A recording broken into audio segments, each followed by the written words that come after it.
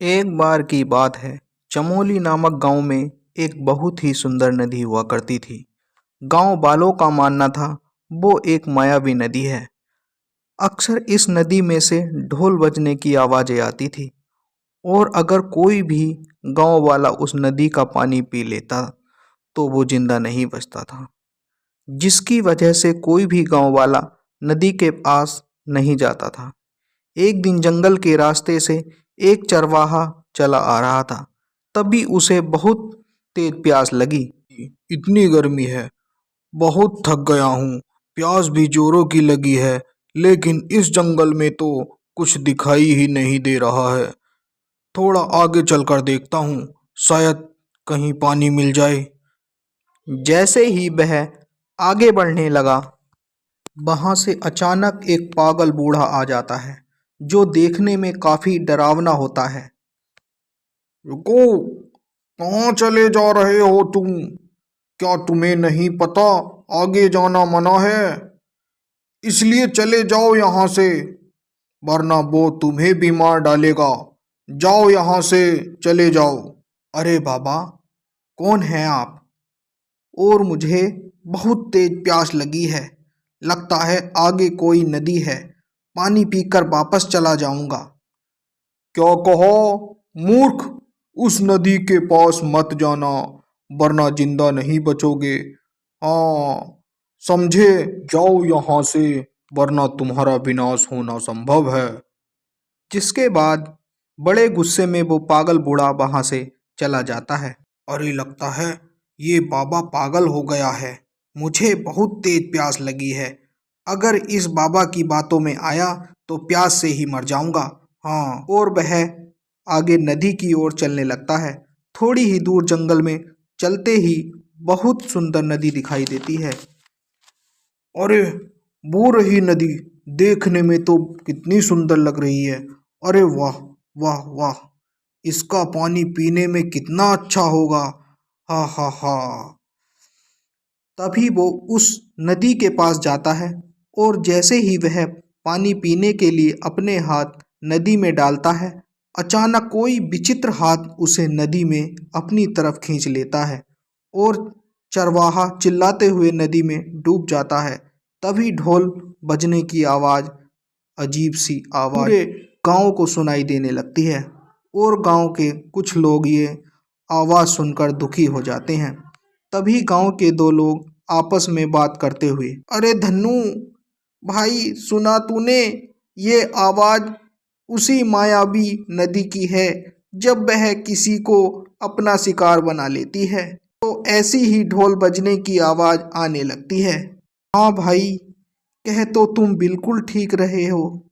लगता है फिर से इस मायावी नदी ने किसी को अपना शिकार बना लिया। भाई, अब तो बहुत डर लगता है यार। दोनों बहुत उदास हो जाते हैं। उसी गांव में एक जमुना नाम की बूढ़ी अम्मा रहती थी। तभी उसका पोता गौरव शहर से गांव आता है और पूरा गांव घूमने के लिए अपनी दादी से कहता है, दादी माँ, मैं कितने दिनों बाद शहर से गांव आया हूँ। मैं चाहता हूँ कि मैं पूरा गांव देखूं। बोलो, क्या मैं गांव देखने जा सकता हूँ? अरे हाँ हाँ, क्यों नहीं बेटा, ये तेरा ही तो गांव है। तू गांव देखना चाहता है ना? जा बेटा, लेकिन याद रखना, वो उस जंगल में जो नदी है ना, उसके पास मत जाना। वो मायावी नदी है। जो भी उस नदी के पास जाता है वो वापिस नहीं आता है। इसलिए तू समझ, उस नदी के पास मत जाना बेटा, समझा? चाहे कुछ भी हो जाए, शाम होने से पहले लौट आना घर। अरे दादी, तुम भी बहुत भोली हो।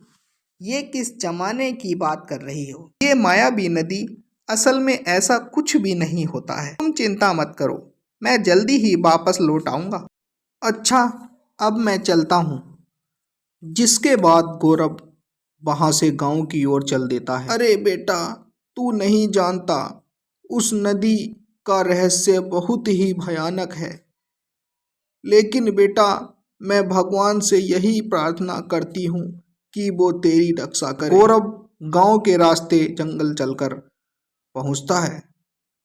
अरे ये तो मैं काफ़ी दूर निकल आया हूँ, लेकिन ये जंगल इतना खाली क्यों है? आसपास कुछ नज़र भी नहीं आ रहा है, यहाँ तक कि कोई जानवर भी नहीं। थोड़ा आगे चलकर देखता हूँ। जैसे ही गौरव आगे बढ़ता है, उसे वही पागल बूढ़ा नजर आता है। वो अचानक से उसका रास्ता रोक लेता है। कहाँ जा रहा है तू, पागल लड़के? आगे उस मायावी नदी के पास मत जाना, वो एक छलाबा है। छलाबा तुझे जिंदा नहीं छोड़ेगा, वो, समझा? कहता हूँ वापस लौट जा यहाँ से। जिसके बाद बड़े गुस्से में वो पागल बूढ़ा वहां से चला जाता है। अरे कैसा पागल बूढ़ा है, देखने में तो इतना भयानक लगता है। मैं बूढ़ा क्या गया है, कुछ भी बोलता है। अभी नदी के पास चलकर देखता हूँ कि क्या माजरा है। अरे कितनी सुंदर नदी है, ये नदी तो मैंने पहले कभी नहीं देखी। वाह, इतनी सुंदर नदी। ही अचानक से गौरव को आवाज़ सुनाई देती है, जैसे कोई आदमी बहुत जोर जोर से रो रहा हो। अरे ये किसके रोने की आवाज़ आ रही है? तभी वो देखता है कि एक साधु बूढ़ा वहाँ बैठा रो रहा है। गौरव उस आदमी के पास जाता है। कौन हो तुम? रो क्यों रहे हो? और यहाँ इस जंगल में क्या कर रहे हो? मेरी मदद करो बेटा, वो एक छलावा है, मैं बहुत तकलीफ में हूँ, मेरी मदद करो, मेरी कोई गलती नहीं है, मैं निर्दोष हूँ, मेरी मदद करो। अरे लेकिन आप हैं कौन? बताओ तो सही, अब क्या मदद चाहिए आपको बाबा? गौरव को एक और सुनाई देती है। गौरव पीछे से मुड़कर देखता है कि वही पागल भयानक दिखने वाला बूढ़ा तो गौरव को जंगल से वापस लौट जाने को कह रहा था। तुम यहाँ से गए नहीं, क्या कर रहे हो लड़के? तुमसे बोला है ना, जाओ यहाँ से, वरना ये मायावी नदी तुम्हें भी अपने मायावी जाल में फंसा लेगी। हाँ चले जाओ यहाँ से। बाबा मैं बस जा ही रहा था, वो तो मुझे ये बूढ़ा साधु रोते हुए दिखाई दिया, इसलिए मैं यहाँ आ गया। कौन? आखिर किसकी बात कर रहे हो तुम? यहाँ तो कोई रोता नजर नहीं आ रहा। मैं कहता हूँ चले जाओ यहाँ से। तभी गौरव अपनी गर्दन पीछे घुमाकर देखता है और कि सच में वहाँ कोई नहीं है। गौरव ये देखकर हैरान हो जाता है। अरे लेकिन वो बूढ़ा साधु तो यही था, मैं सच बोल रहा हूँ, वो यही था। हाँ सच। अरे ओ लड़के, क्या है, तू पागल हो गया है? शाम होने को है, तू जहाँ से आया है वहीं चला जा, वापिस चला जा, समझा? वरना अच्छा नहीं होगा। जा चला जा यहाँ से।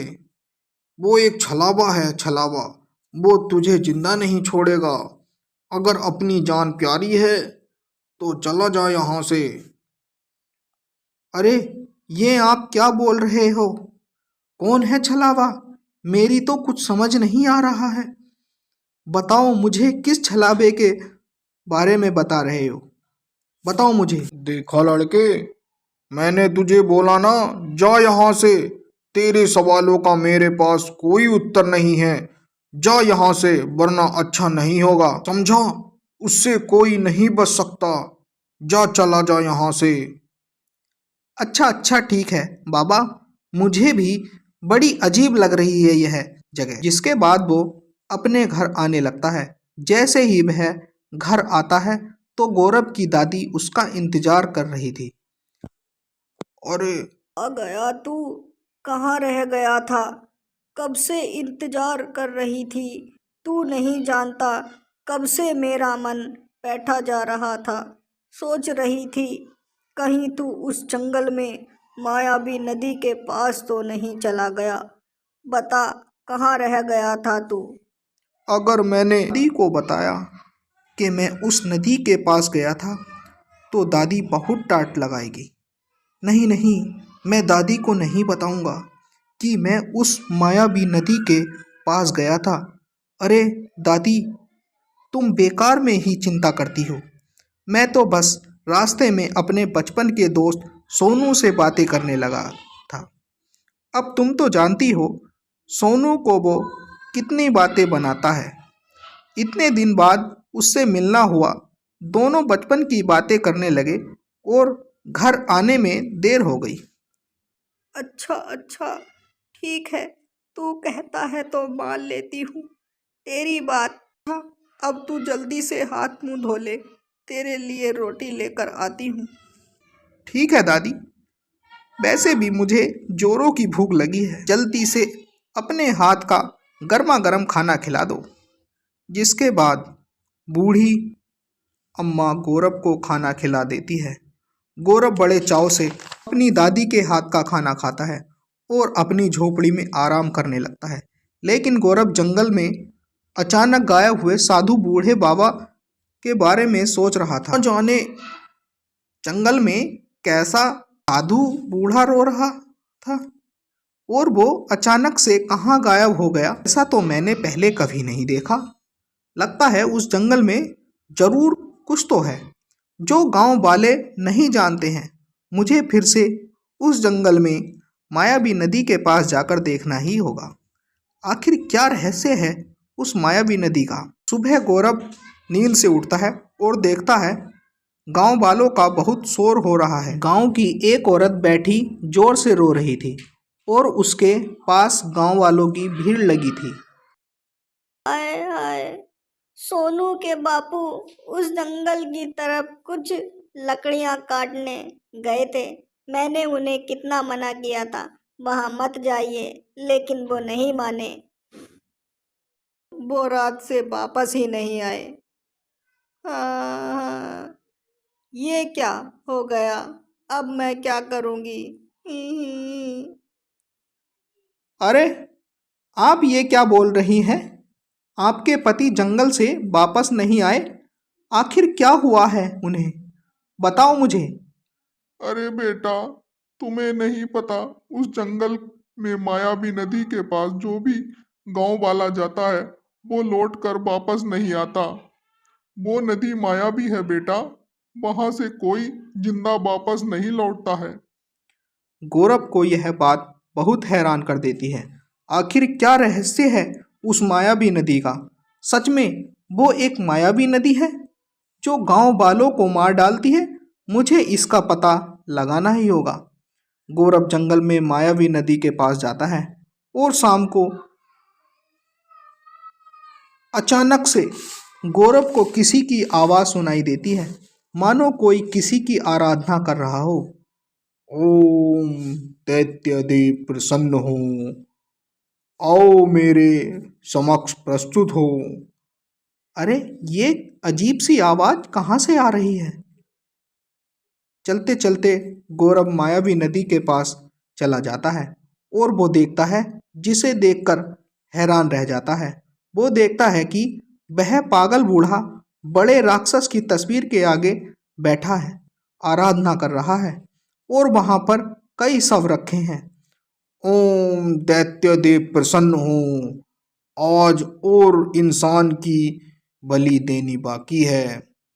आपको फिर उसके बाद आप प्रसन्न हो जाएंगे और मुझे संसार में सबसे अधिक शक्तिमान होने का वरदान मिल जाएगा। हा हा हा। ये सब देखकर गौरव के होश उड़ जाते हैं। यहाँ क्या हो रहा है? ये तो वही पागल बूढ़ा है, लेकिन ये यहाँ सब ऐसे, और यहाँ ये इतने सारे इंसानी सब यहाँ क्या कर रहे हैं? यहाँ किसे प्रसन्न करने की कोशिश कर रहा है ये कौन है? ये राक्षस मेरी तो कुछ समझ में नहीं आ रहा है। कि तभी फिर से किसी के रोने की आवाज़ सुनाई देती है। अरे, ये तो वैसी ही रोने की आवाज़ है जैसे मैंने कल सुनी थी। गौरव अपनी उल्टी दिशा की तरफ चलने लगता है और देखता है कि बूढ़ा साधु नदी के किनारे बैठा रो रहा होता है। गौरव उसके पास जाकर, अरे तुम तो वही साधु हो ना जो कल यहाँ बैठे रो रहे थे, और अचानक से तुम गायब कैसे हो गए थे? आखिर कौन हो तुम? बताओ मुझे, मैं तुम्हारे बारे में जानना चाहता हूँ। बताओ मुझे, मेरी मदद करो। बेटा, मेरी मदद करो, मुझे मुक्ति दिलाओ। मैं कुछ साल पहले ही मर चुका हूँ, लेकिन मेरी आत्मा आज भी यहीं भटक रही है। उस पापी को जब तक उसके किए की सजा नहीं मिलेगी, मेरी आत्मा यूं ही भटकती रहेगी। इसे कभी शांति नहीं मिलेगी। बोल रहे हो? क्या तुम सच में मर चुके हो? लेकिन कैसे? और किसे तुम सजा दिलाना चाहते हो? बताओ मुझे। बेटा, बहुत साल पहले की बात है। मेरे पिताजी रायगढ़ के पुजारी थे। हम दो भाई थे। पिताजी ने हम दोनों भाइयों को एक समान ही सीख दे दी थी। मैं बचपन से ही बहुत होशियार और सीधा था, लेकिन मेरा भाई नीलनाथ उतना ही चालाक और घमंडी था। उसे बचपन से ही शक्तिशाली बनना था, इसलिए उसने इसका गलत रास्ता अपनाया। वो दैत्य नामक राक्षस की पूजा करने लगा और उस राक्षस को खुश करने के लिए इंसानों की बलि देने लगा। जब ये बात मुझे पता चली तो मैंने पिताजी को ये बात बता दी, और पिताजी ने सभी गांव वालों के सामने उसको बेइज्जत करके गांव से निकाल दिया। तब नीलनाथ भाई मेरी जान का दुश्मन बन गया और उसकी नीति दैत्य राक्षस को खुश करने की विधि अधूरी रह गई। और एक दिन इस गांव में जब मैं ईश्वर की तपस्या करने आया तो मेरा भाई नीलनाथ पहले ही इस गांव में दैत्य राक्षस को खुश करने के लिए उसकी आराधना कर रहा था।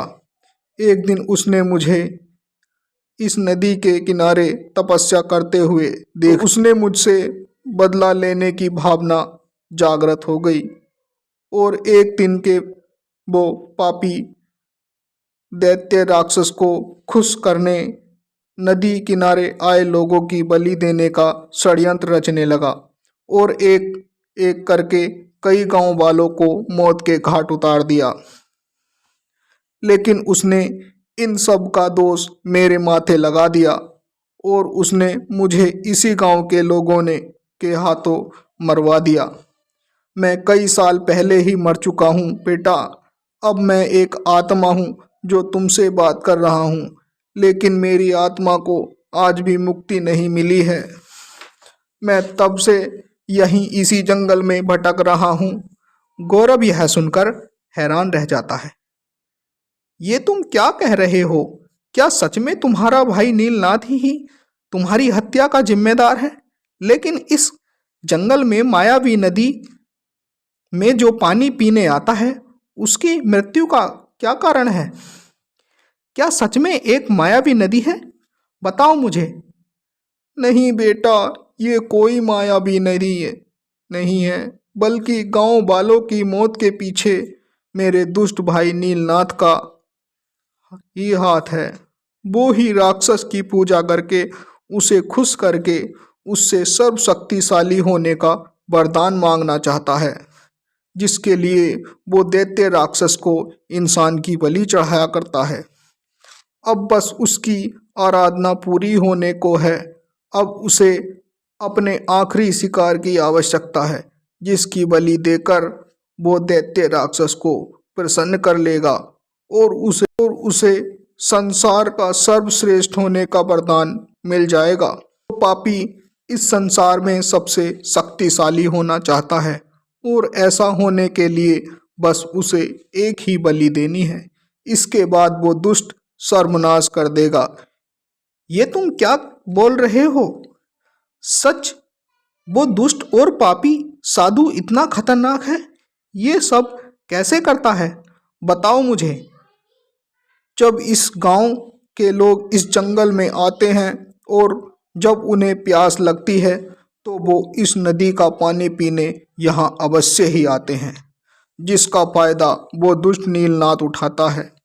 वो पहले से ही इस नदी के अंदर मौजूद रहता है और जब कोई पानी पीने के लिए नदी में अपने हाथ डालता है तो वो उन्हें अंदर नदी में खींच लेता है और अपनी दिव्य शक्ति से उन्हें बेहोश कर देता है। ऐसा करके वो दैत्य राक्षस को गांव वालों की बलि देता है। अब बस उसकी यह आराधना पूरी होने को है। उसे अपने आखिरी शिकार की आवश्यकता है, जिसकी बलि देकर वो दैत्य राक्षस को प्रसन्न कर लेगा और उसे संसार में सर्वशक्तिमान का वरदान मिल जाएगा। वो पापी इस संसार में सबसे अधिक शक्तिशाली होना चाहता है और ऐसा करने के लिए अब मात्र उसे एक ही बलि देनी है और इसके बाद वो दुष्ट सर्वनाश कर देगा। ये तुम क्या बोल रहे हो? वो उस दैत्य राक्षस को खुश नहीं कर पाएगा और मैं उसे ऐसा करने नहीं दूंगा और ना ही मैं किसी गांव वाले का उसका शिकार बनने दूंगा। उस दुष्ट को उसके किए की सजा जरूर मिलेगी और गांव वालों को ये भी पता चलेगा कि दुष्ट तुम नहीं थे, कि वो तुम्हारा भाई है जो अपराधी है।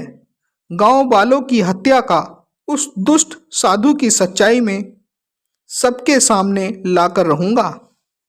बेटा, जब उस दुष्ट को उसके किए की सजा उसे नहीं मिलेगी तब तक मेरी आत्मा को शांति नहीं मिलेगी और मैं यूं ही इस जंगल में भटकता रहूंगा। लेकिन बेटा, उस पापी को मौत इतनी आसानी से नहीं होगी। इसके लिए तुम्हें नदी के पार से शिवजी के मंदिर से गंगा जल लाना होगा। उसी गंगा जल से दुष्ट नीलनाथ जलकर खाक हो जाएगा। लेकिन ये सब तुम्हें बड़ी होशियारी के साथ करना होगा। अगर उस दुष्ट को तुम्हारे बारे में पता लग गया तो वो तुम्हें जिंदा नहीं छोड़ेगा।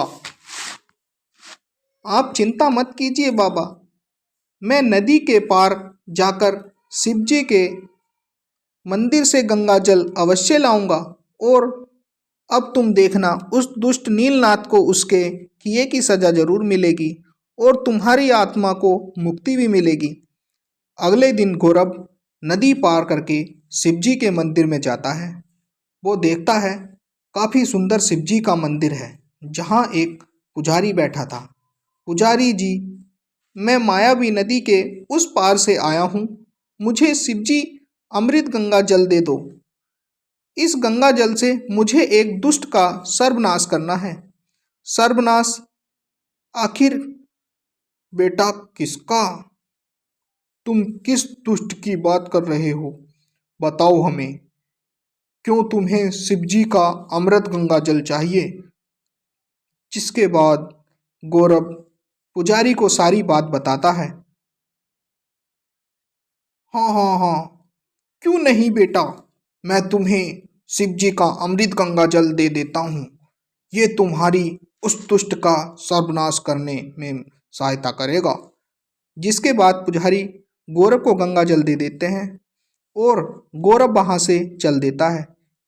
उधर जंगल में नदी किनारे गांव का ही एक आदमी आता है और उस नदी का पानी पीने ही लगता है कि नदी में पहले ही मौजूद दुष्ट साधु उसे नदी में अंदर खींच लेता है और अपनी दिव्य शक्ति से उसको बेहोश कर देता है। जंगल में एक स्थान पर राक्षस के मूर्ति के आगे, वहाँ वो नीलनाथ राक्षस की पूजा किया करता था, उस राक्षस के आगे लेटा देता है। देखो देखो मेरे परमात्मा देव, आज मैं तुम्हारे लिए अंतिम बलि लेकर आया हूँ। इससे तुम जरूर खुश हो जाओगे और मुझे इस संसार में सर्वशक्तिशाली होने का वरदान दे दोगे। हाँ हाँ हाँ, अब मुझे शक्तिशाली होने से कोई नहीं रोक सकता। तभी वो नीलनाथ उस तलवार से उस आदमी के गर्दन काटने ही वाला होता है, तो तभी वहाँ गांव वाले लाठी डंडों के साथ आ जाते हैं। रुक जाओ तुम दुष्ट, आज हम तुम्हें जिंदा नहीं छोड़ेंगे। हाँ, तुम ही हो गांव वालों की मौत के हत्यारे, आज हम तुम्हें जिंदा नहीं छोड़ेंगे। उन्हें आता देख वो दुष्ट पाखंडी रुक जाता है और तलवार उसके हाथ से नीचे गिर जाती है और गांव वाले उस दुष्ट को पकड़ लेते हैं। लेकिन उस दुष्ट पाखंडी देखते ही देखते गांव वालों के बीच से गायब हो जाता है और जोर जोर से हंसने लगता है। हा हा हा, तुम मुझे कभी नहीं पकड़ पाओगे गांव वालों, ये तुमने अच्छा नहीं किया। आज आखिरी बलि के साथ साथ परमात्मा को तुम सबकी बलि भी दूंगा। हा हा, मैं तुम सबको मार दूंगा। तुमने मेरी आराधना को भंग करने की कोशिश की है, मैं तुम्हें मार डालूंगा। हा हा हा। उसकी ये सब बातें सुनकर गांव वाले डर जाते हैं। तभी वो दुष्ट नीलनाथ फिर से दिखाई देता है कि तभी वहां गौरव गंगा जल लेकर आता है। दुष्ट नीलनाथ, पापी, अब तुझे अपने किए की सजा जरूर मिलेगी। ये देख, अब तू जलकर खाक हो जाएगा, अब नहीं बच पाएगा। जितने भी तूने पाप किए हैं उसकी सजा अब तुझे जरूर मिलेगी। गौरव गंगा जल उस दुष्ट पापी के ऊपर फेंक देता है। नहीं नहीं, ये तुमने क्या किया लड़के, मेरी इतने बरसों की तपस्या को मिट्टी में मिला दिया। नहीं नहीं, ये तूने अच्छा नहीं किया। और देखते ही देखते वो पापी जलकर भस्म हो जाता है। गांव वाले बड़ी हैरानी से ये दृश्य देख रहे होते हैं और सब अच्छे से समझ जाते हैं।